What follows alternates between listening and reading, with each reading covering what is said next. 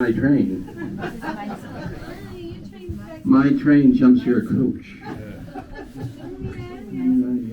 Anyways, my name's Scott. I'm your engineer today. I'm going to push the buttons on the handle in the back. One makes it go, I think one makes it go fast, one makes it go slow, one makes it hands forward. I'm still trying to figure it out. This is my first time, so today, first time today.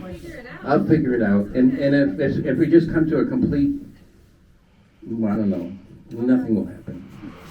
But we don't go fast, we go slow.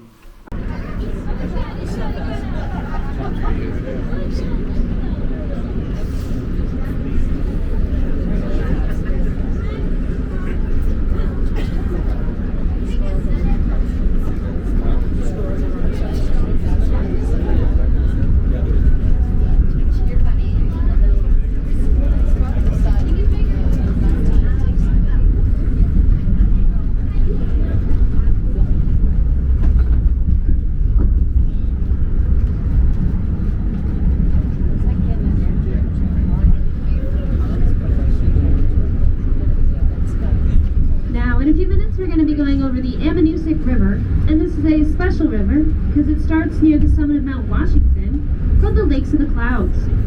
Well, then it's going to go all the way out to the Long Island Sound. Now, the Abenakis Ammonoosuc translates to small, narrow fishing place. Also, it is the cleanest drinking water east of the Mississippi.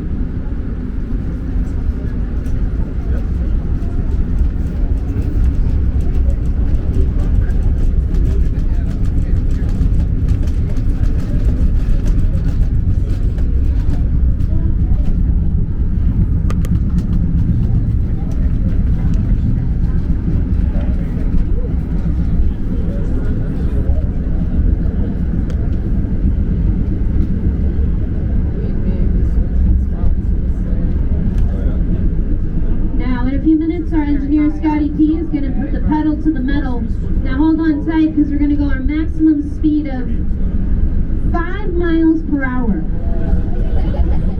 Some say it's the world's slowest roller coaster.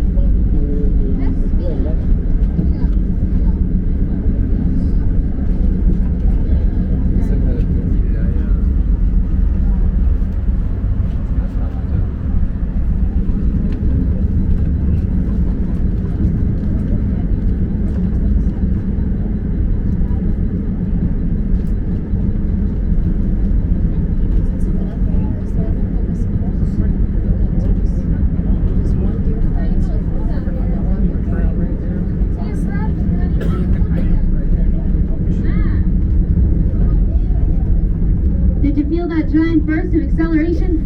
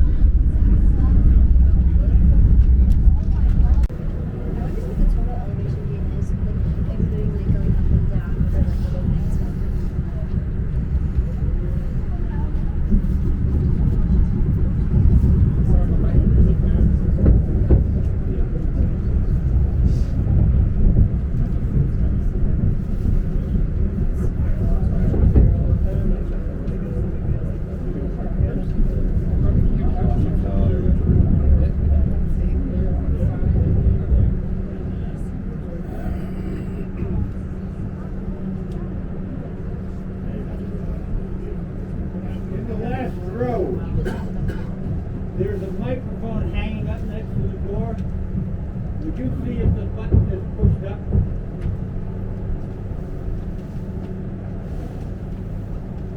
Yep.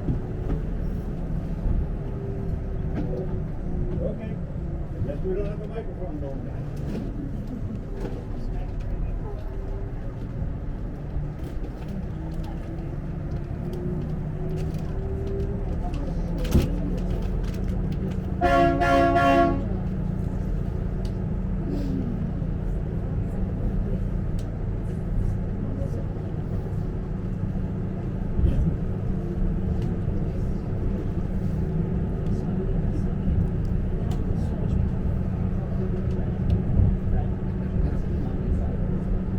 Wildcat. The ski area off to our right is Wildcat. Directly below our train platform is Tuckerman's Ravine. You may have heard of that. During your winter, the top of the mountain gets about 20 feet of snow, but nothing stays on the top of the mountain due to the west wind. Blows it all into the ravine. The snow can build up to be over 200 feet deep in Tuckerman's Ravine.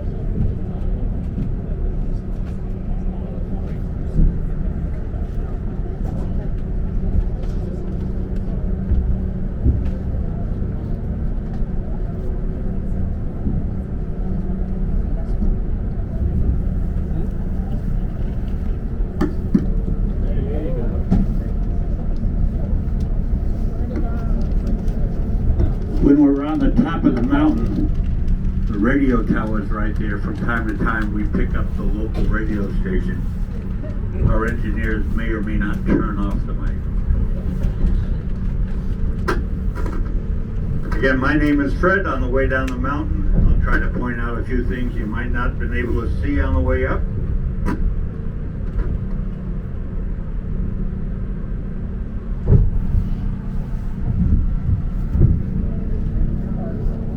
I prefer to talk about things that interest you, so if you have questions, I'm really good at easy questions. Hard question, there's no Wi-Fi, you can't Google me, I'll make something up.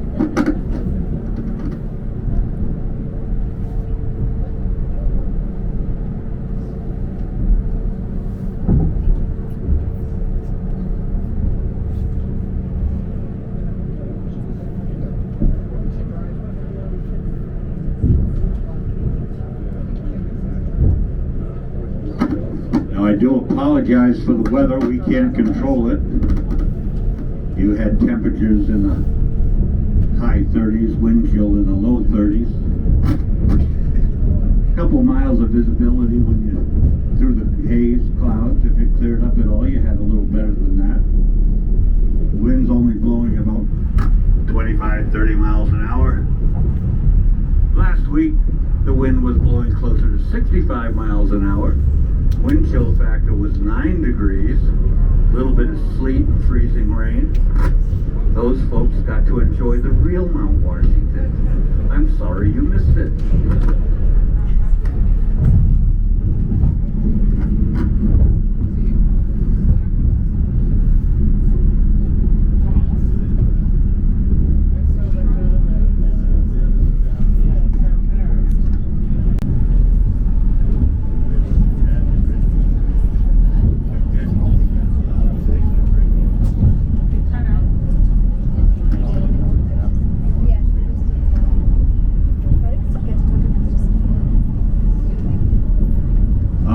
Right is the Ravine. Burke's Ravine was named after a gentleman who operated a hotel on the top of Mount Washington. In the early 1900s, he had a 110-room hotel. Operated during the summers, he had a staff of about 50 people. And he kept a herd of cows for fresh milk. He also had a printing press, and he published a daily newspaper from the summit of the mountain. It was distributed throughout the region. There were about 130 hotels at that time. A large hotel operated on the top of Mount Washington until the 1970s, when that building was demolished to make room for the state park building you just visited.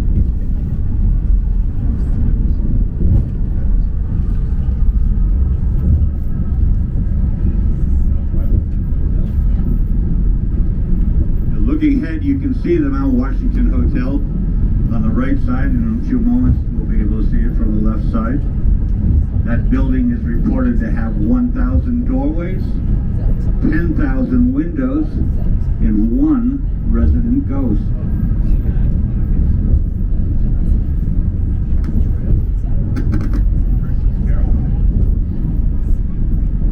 Princess Caroline was the wife of the gentleman, Mr. Stickney, who built the hotel.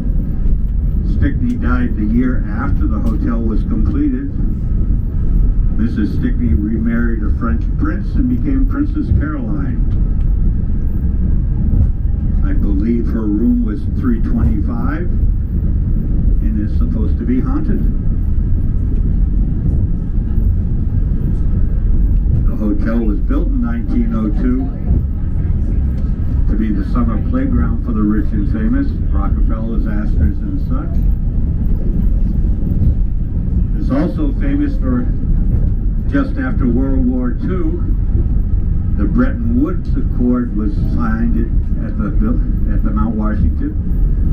That culminated the summit of financial leaders from all over the world, meant to try to establish more secure finances in the world. They signed the agreement that created the World Bank.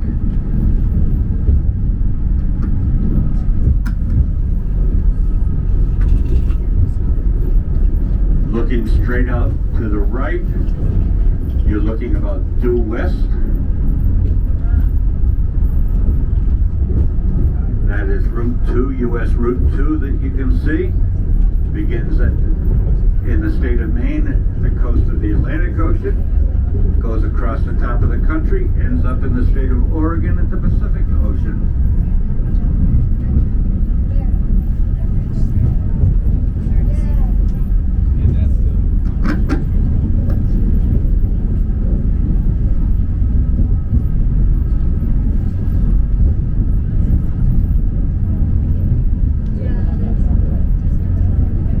Looking straight ahead, we're looking into the state of Vermont. There's a possibility we're right on the verge of being able to see mountains in the state of New York.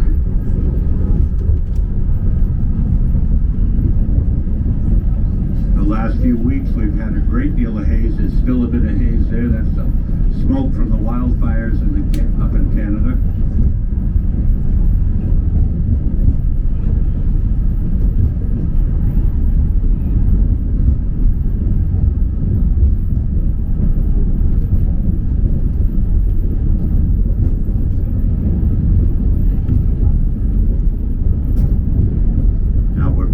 Jacob's Ladder, the steepest part of our track. I'm standing about 17 feet lower than the people in the other end of the car. Over to the left is the Ammonoosuc Ravine. On the ridge line is the Appalachian Mountain Club's Hiker's Hut, Lakes in the Clouds. Just below the building is the Ammonoosuc River coming down the mountain. Mount Monroe and Eisenhower, the Southern Presidentials.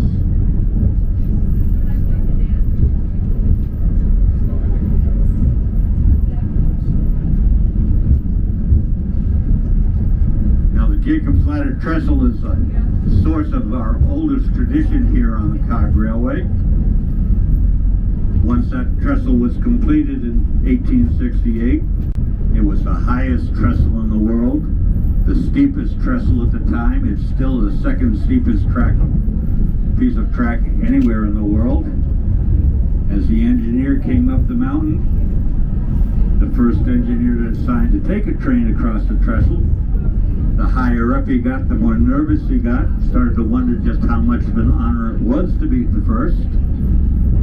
Got to the point where he decided to stop his train for a few moments, said a little prayer or two or three or four. He was next to a rock. He tossed some coins out onto the rock for good luck.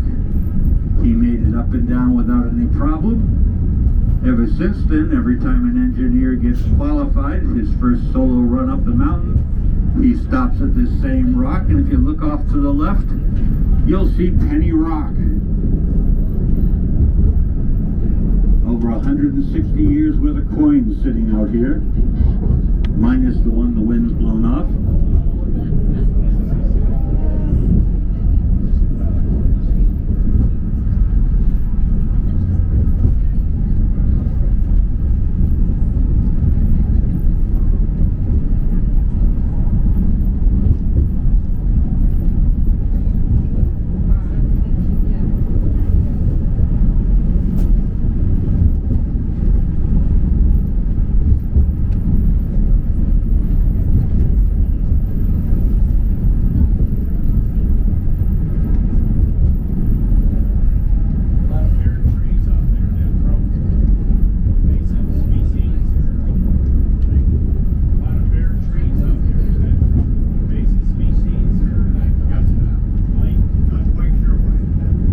Missed it on the way up, take a look at your reflection as you go by the halfway house.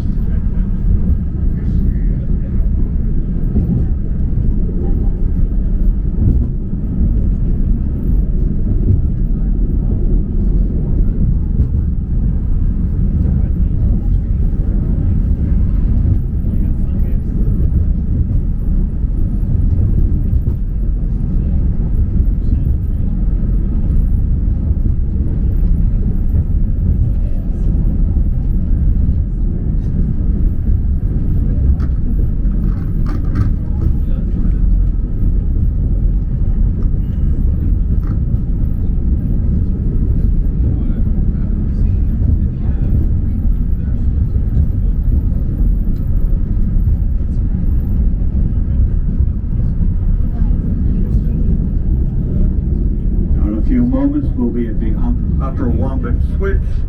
We're going to be shuttled off to the right. We'll be on what's called the main line. To our left on the passing loop, there'll be 3 trains coming up the mountain.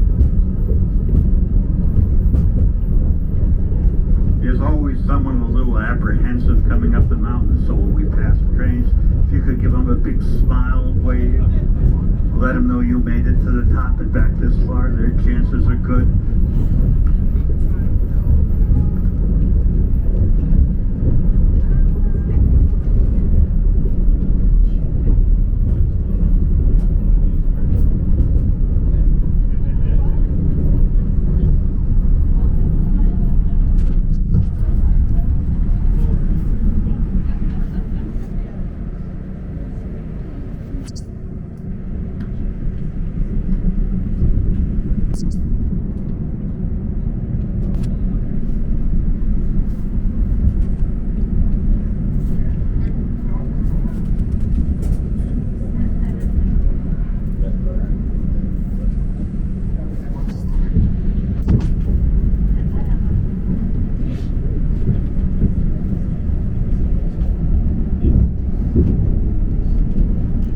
Either end of the passing loop, we have one giant switch that moves a lengthy piece of track back and forth.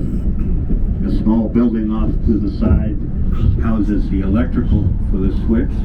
Just a moment, Stephen's going to stop, push a button, activate the switch. It's going to move over for the trains to come up the mountain. Before we had the passing loop, a train going up the mountain and a train coming down the mountain.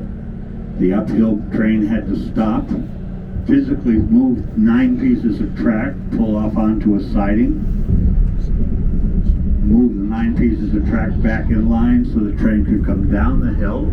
Once it would pass the switches, they would throw the pieces of track one more time, back up onto the main line.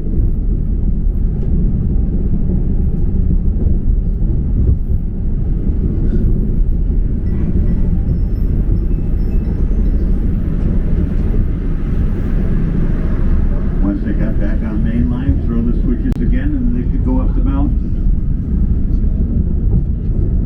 The passing loop allows us to take more trains. Far safer than moving 9 pieces of track manually. The brakemen like it very much because it's all electronic now.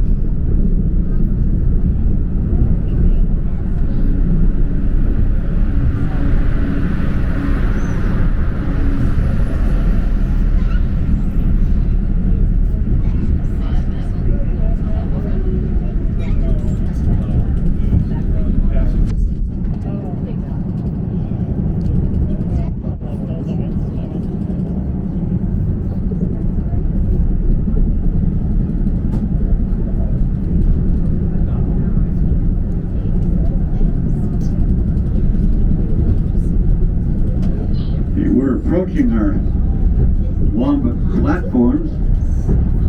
Platforms are our winter destination. During the summer months, we go all the way to the top of the mountain because the state park is open. After Columbus Day, when the state closes down the building, we go about 3/4 of the way up the mountain, weather permitting, to a spot where we have some lovely views. And then during the dead of winter, we come up and back and forth to the platforms. Why is the dirt so dark? Is it cold? Use the microphone, I can't hear you.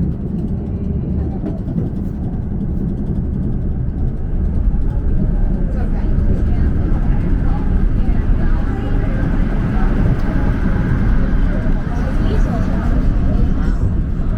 The dirt is so dark because it's not dirt, it's 160 years worth of coal dust. Thank you. Up until year 2004, we ran nothing but steam trains. We built our own biodiesels here, powered by 650 horsepower John Deere marine engines. They drive a hydrostatic transmission. Hydraulic pressure turns the cogs to take us up the mountain. On the way down, we use that hydraulic pressure to control our descent. But we're a unique railway. Other than the 2 steam engines, all our rolling stock is constructed here. We tried ordering it from Amazon. They couldn't deliver.